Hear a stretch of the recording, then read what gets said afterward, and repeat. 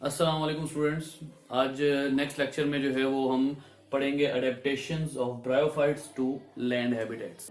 Lecture start करने से पहले ये बात आपके गोशगुजार कर देता हूँ कि लाइक्स और कमेंट्स का बहुत शुक्रिया और सब्सक्रिप्शंस का भी। हम जो है वो आज का लेक्चर हमारा ज़रा मुख्तसर होगा और ये बहुत कॉम्प्लेक्स लेक्चर नहीं है, बल्कि आगे कोई भी लेक्चर इतना कॉम्प्लेक्स नहीं है जिम्नोस्पर्म और एंजियोस्पर्म से पहले। तो हम इजी चीजें जो हैं वो जरा तेजी से कंसल्ट करके निकलेंगे। हमारा इस वक्त का टॉपिक जो है, इसको मैं दोबारा रिवाइज कर देता हूं। टॉपिक है adaptations of bryophytes to land habitat. देखिए, हम इससे पहले अगर हम इस टॉपिक को समझते हैं तो इस टॉपिक को समझने के लिए थोड़ा सा हमें जो है वो बैकग्राउंड में जाना पड़ेगा। आपको याद होगा हमने बात स्टार्ट की थी एलजी एज एंसेस्टर्स के तौर पर हमने जो है वो बात की थी एलजी की, ठीक है।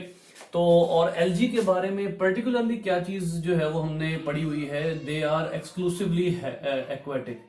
एलजी के सिर्फ एक खास तरह के एलजी थे जिनकी कुछ स्पीशीज आज भी एग्जिस्ट कर रही हैं जो टेरेस्ट्रियल एनवायरनमेंट में रह सकते हैं। वो एलजी कौन से हैं? Those algae are charophytes, CHAROPHYTES। ये वो खास किस्म के एलजी हैं जो इस काबिल हैं जो टेरेस्ट्रियल एनवायरनमेंट में रह सकते हैं। तो कारोफाइट्स के बारे में कहा जाता है कि जिन एंसेस्टर्स से कारोफाइट इवॉल्व हुए उन्हीं एंसेस्टर्स से प्लांट्स इवॉल्व हुए। यानी कि यूं कह लें कि ये एंसेस्टर्स हैं और एंसेस्टर्स से आगे दो तरह के ऑर्गेनिजम्स इवॉल्व हुए, एक कारोफाइट्स और दूसरे प्लांट्स, ठीक है। ये जो प्लांट्स, ये कौन से प्लांट्स थे, मैं आपको ये बात भी बताता चलूं कि जो कारोफाइट्स हैं ये एलजी हैं, ठीक है। और जो प्लांट्स हैं इनको हम स्पेसिफिकली क्या नाम देते हैं? एम्ब्रियोफाइट्स। एम्ब्रियोफाइट्स का क्या मतलब है? ये वो प्लांट्स हैं जो एम्ब्रियो पैदा करते हैं। इससे पहले एलजी में एम्ब्रियो पैदा नहीं होता था, एलजी में एम्ब्रियो नहीं बनता था या प्रोटेक्टेड एम्ब्रियो नहीं होता था। तो अब आप देख लीजिए कि एलजी एक्सक्लूसिवली एक्वेटिक थे, लेकिन उनमें से कुछ ऐसे थे जो टेरेस्ट्रियल एनवायरनमेंट में रहना शुरू हो गए, ठीक है। अब जो टेरेस्ट्रियल एनवायरनमेंट में रहना शुरू हो गए वो एंसेस्टर आज नहीं मिलते। वो एंसेस्टर क्या हो चुके हैं? एक्सटिंक्ट हो चुके हैं। लेकिन उनके दो डिसेंडेंट्स मौजूद हैं। एक कारोफाइट्स हैं, वो प्लांट्स, वो एलजी जो टेरेस्ट्रियल एनवायरनमेंट में रह सकते हैं, और दूसरा एम्ब्रियोफाइट्स हैं जिनको हम प्लांट्स कहते हैं, ठीक है। तो एक तो पहली ये बात कि ये बात स्टार्ट कहां से हो रही है, ये बात एंसेस्टर से शुरू हो रही है। दूसरी बात एक और क्या है इंपॉर्टेंट जानने के लिए, वो है अडेप्टेशन। अडेप्टेशन क्या होती है? अडेप्टेशन है specific adjustment of an organism through the course of evolution. किसी भी ऑर्गेनिज्म की अपने इन्वायरमेंट के मुताबिक एवोल्यूशन के जरिए खास किस्म की एडजस्टमेंट अडेप्टेशन कहलाती है। अब इसमें जो बात तय करने की है वो ये है कि इन एंसेस्टर्स में वो क्या अडेप्टेशन हुई एवोल्यूशन के जरिए, इन एंसेस्टर में वो क्या चेंज आया कि इनका एक ग्रुप कारोफाइट बन गया, दूसरा ग्रुप प्लांट बन गया। याद रखिए इसके बीच में जो की वर्ड इन्वॉल्व है वो है अडेप्टेशन। अगर इनमें अडेप्टेशंस ना होती तो कारोफाइट्स या ब्रायोफाइट्स या प्लांट्स जो हैं वो टेरेस्ट्रियल एनवायरनमेंट में ना आ सकते। तो ये जो स्पेसिफिक एडजस्टमेंट ऑफ ऑर्गेनिज्म हैं, these are called as adaptations. तो अब आप देख लीजिए कि अब हमने ये देखना है कि ये जो एम्ब्रियोफाइट्स हैं इनमें वो क्या खास चेंजेस आई। मैंने आपको बताया ना, एंसेस्टर्स से कारोफाइट भी बने, एम्ब्रियोफाइट्स भी बने। तो इन एम्ब्रियोफाइट्स में वो क्या खास चेंजेस आई कि ये प्लांट जो है वो, एक तो ये प्लांट ग्रुप में शामिल हो गए, दूसरा ये एलजी से ज्यादा अच्छे तरीके से टेरेस्ट्रियल एनवायरनमेंट में सरवाइव कर लेते हैं। तो हम देख लेते हैं कि इनमें ऐसी क्या चेंजेस आई हैं। अब यहां पर जो है वो हम एक एक करके इनकी तमाम क्वालिटीज को डिस्कस करेंगे कि इनका जो एडजस्टमेंट्स हैं वो कौन कौन सी है। बहुत सिंपल है, there is no difficult point. So let's see. पहला पॉइंट जो यहां पर इन्होंने दिया हुआ है आपकी बुक के अंदर वो है कॉम्पैक्ट मल्टीसेलुलर बॉडी। अब मैं इस पॉइंट पे एक्सप्लेन करूंगा इस जगह पर कॉम्पैक्ट मल्टीसेलुलर बॉडी से क्या मुराद है। एक प्रॉपर मल्टीसेलुलर बॉडी बनती है, प्रॉपर मल्टीसेलुलर बॉडी, जिसमें जो सेल्स हैं वो कॉम्पैक्ट हैं। कॉम्पैक्ट का मतलब होता है आपस में जुड़े हुए होना, आपस में मिले हुए होना, ठीक है। जस्ट लाइक दिस, अगर मैं इस तरह से बनाता हूं, फॉर एग्जांपल ये एक टिश्यू है और ये टिश्यू जो है ये फोटोसिंथेसिस कर रहा है, ठीक है। अब अगर ये टिश्यू फोटोसिंथेटिक टिश्यू है तो इसका क्या मतलब है कि इसको बैक वक्त क्या चाहिए होगा, इसको एक ही टाइम पर चाहिए होगा वाटर भी, इसको कार्बन डाइऑक्साइड भी चाहिए होगी।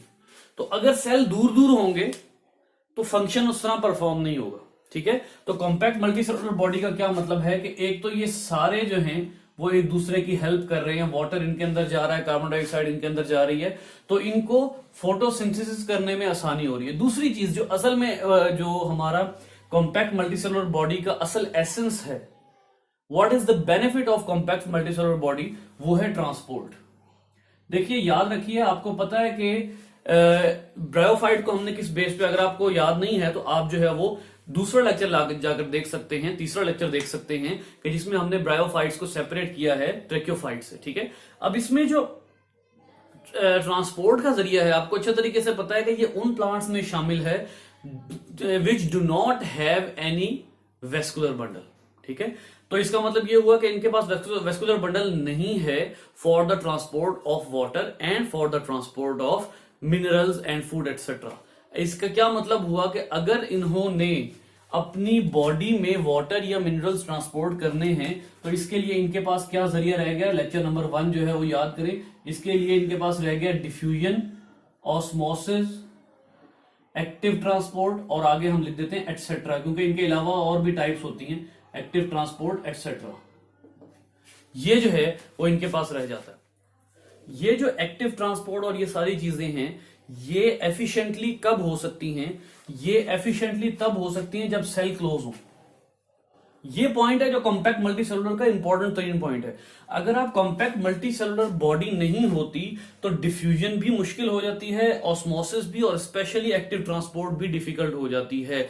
यहां पर थोड़ा सा फर्क जानिए, एक सेल इधर है और एक सेल इधर है, इससे इसमें जाने के लिए डिफ्यूजन के लिए मुश्किल होगी, थोड़ी देर लगेगी। But what about these cells, these compact cells, जब एक कॉम्पैक्ट टिश्यू बन जाएगा तो फिर ट्रांसपोर्ट ऑफ मटेरियल में आसानी होगी। तो कॉम्पैक्ट मल्टीसेलुलर बॉडी जो है, इसका क्या मतलब है कि ये एक ऐसी बॉडी अब बन चुकी है कि जो एक प्रॉपर फॉर्मेशन में आ चुकी है और इसमें ट्रांसपोर्ट आसान होगी। दूसरा, इसी पॉइंट में अगर आप आगे जाकर देखते हैं तो एक और चीज बड़ी इंपॉर्टेंट लिखी हुई है एंड दैट इज क्यूटिकल। ये जो क्यूटिकल होती है इसके बारे में मैंने आपको बताया था कि क्यूटिकल ब्रायोफाइट्स को डिहाइड्रेशन से बचाती है। लेकिन ये बात भी हम, अगर आप मेरे पिछले लेक्चर सुने तो ये बात हम पहले कर चुके हैं कि जो क्यूटिकल है वो ब्रायोफाइट पे, ये लेक्चर नंबर 3 पार्ट 1 में जाकर देखिएगा, क्यूटिकल जो है वो ब्रायोफाइट्स को कंप्लीटली प्रोटेक्ट नहीं कर सकती। क्यूटिकल इवन ट्रेक्योफाइट्स को भी कंप्लीटली प्रोटेक्ट नहीं कर सकती डिहाइड्रेशन से। डिहाइड्रेशन फिर भी हो सकती है। हम अक्सर कहते हैं कि किसी भी प्लांट को अगर ट्रांसपायरेशन से बचाना है तो उसके ऊपर क्यूटिकल की लेयर होनी चाहिए, लेकिन cuticle can not completely protect any plant from dehydration. तो फिर क्या होता है कि ये प्लांट्स शेड्स में रहते हैं, मिनिमम जितनी को लाइट आ रही है उसमें फोटोसिंथेसिस कर लेते हैं। उसके अलावा फिर ये फोटोसिंथेसिस जो है वो जिस तरह की हाई लाइट में, हाई इंटेंसिटी लाइट में, हाई टेम्परेचर में हमारे ट्रेक्योफाइट्स फोटोसिंथेसिस कर लेते हैं, ये नहीं कर सकते क्योंकि इनकी क्यूटिकल भी इतनी थिक नहीं होती। बहरहाल जो फर्क है, हम क्या पढ़ रहे हैं, हम अडेप्टेशंस पढ़ रहे हैं। तो इनकी और एलजी का जो डिफरेंस है, इनका और एलजी का, वो ये है कि इनमें क्यूटिकल आ गई है। That's why they are more adaptive to the land than algae. Algae के पास ये क्यूटिकल की लेयर थिक नहीं होती, जिसकी वजह से एलजी टेरेस्ट्रियल एनवायरनमेंट पे उस तरह सर्वाइव नहीं कर सकता।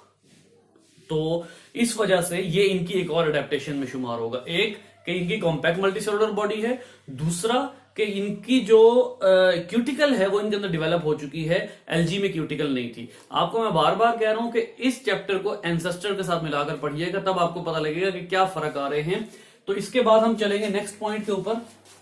जो नेक्स्ट पॉइंट है हमारा वो है स्पेशल चेंबर्स फॉर फोटोसिंथेसिस। अब ये बड़ा ही जबरदस्त पॉइंट है कि यहां पर कौन सा ऐसा जो है वो चेंबर बन गया जिसमें फोटोसिंथेसिस होती थी। इससे पहले मैं आपको एक कॉन्सेप्ट याद दिलाऊंगा जो आपको पता है, लीफ। हम जब भी ट्रैक्योफाइट्स की बात करते हैं तो उसमें फोटोसिंथेसिस स्पेसिफिकली कहां होती है? लीफ में। लीफ हमारे प्लांट का फोटोसिंथेटिक चैम्बर है।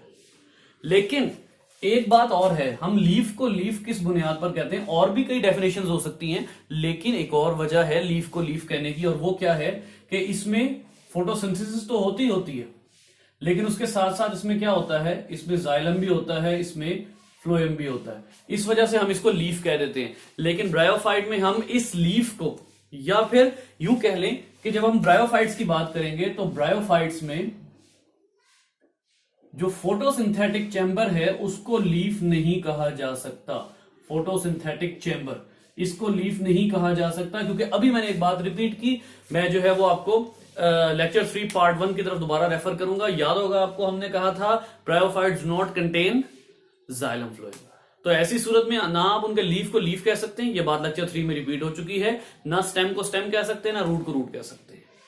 तो ऐसी सूरत में फिर आप इनको फोटोसिंथेटिक चैम्बर कहेंगे, यानी पूरी प्लांट बॉडी फोटोसिंथेसिस नहीं करेगी जैसे एल्गी में होता है। एल्गी में तकरीबन पूरी बॉडी फोटोसिंथेसिस करती है, लेकिन ब्रायोफाइट्स में पूरी बॉडी फोटोसिंथेसिस नहीं करेगी। स्पेशल चैम्बर बनाए जाएंगे जिनके ऊपर क्यूटिकल की लेयर भी होगी और जो बाकी तमाम बॉडी से ऊपर होंगे। बाकी तमाम बॉडी से ऊपर होने का क्या फायदा है? आप समझदार हैं, अच्छी तरह समझ सकते हैं कि जो लीफ कैनोपी पे होता है, जो लीफ हाईएस्ट पॉइंट पर होता है दरख्त के, वो सबसे अच्छी फोटोसिंथेसिस कर सकता है। तो अगर ब्रायोफाइट जो है वो जमीन पर, जैसे मैंने कहा पिछले लेक्चर्स में कि वो कार्पेटेड होता है, तो कार्पेटेड में भी जो लीफ होगा वो ऊपर की तरफ होगा। क्यों? Leaf like structure. मैं बार बार लीफ कह रहा हूं, इसको लीफ ना कहिएगा। लीफ लाइक स्ट्रक्चर सबसे ऊपर होगा। उसकी वजह क्या है कि वो सबसे ज्यादा सनलाइट ऑब्टेन करेगा। तो फोटोसिंथेटिक चेंबर्स बन गए, लेकिन उनको हम लीफ नहीं कह सकते। और वो जो फोटोसिंथेटिक चेंबर्स हैं उनके अंदर वंस अगेन क्या था? उनके अंदर क्यूटिकल मौजूद थी, क्योंकि आपको अच्छे तरीके से पता है कि उन्हीं फोटोसिंथेटिक चेंबर में क्या मौजूद होने चाहिए और क्या मौजूद होते हैं? स्टोमेटा। इनमें स्टोमेटा मौजूद होते हैं, ठीक है। अब अगर इनके अंदर स्टोमेटा मौजूद होते हैं तो इससे क्या मतलब निकाला जा सकता है? इससे यह मतलब निकाला जा सकता है कि इनमें ट्रांसपायरेशन होगी। ट्रांसपायरेशन होगी, इसका मतलब है वाटर लॉस भी होगा। जरूरी भी है वाटर लॉस होना, क्योंकि आपको पता है कि जब आप पुल करते हैं, transpiration is a necessary evil में अगर आप जाकर देखते हैं तो जब वाटर पुल होता है प्लांट में तो वो किसके जरिए होता है? ट्रांसपायरेशन के जरिए।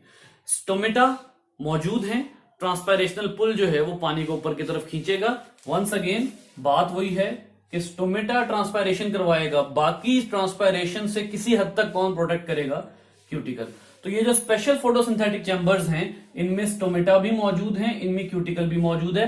बाकी प्लांट बॉडी में स्टोमेटा मौजूद नहीं है। This is the meaning of special chambers for photosynthetic tissue.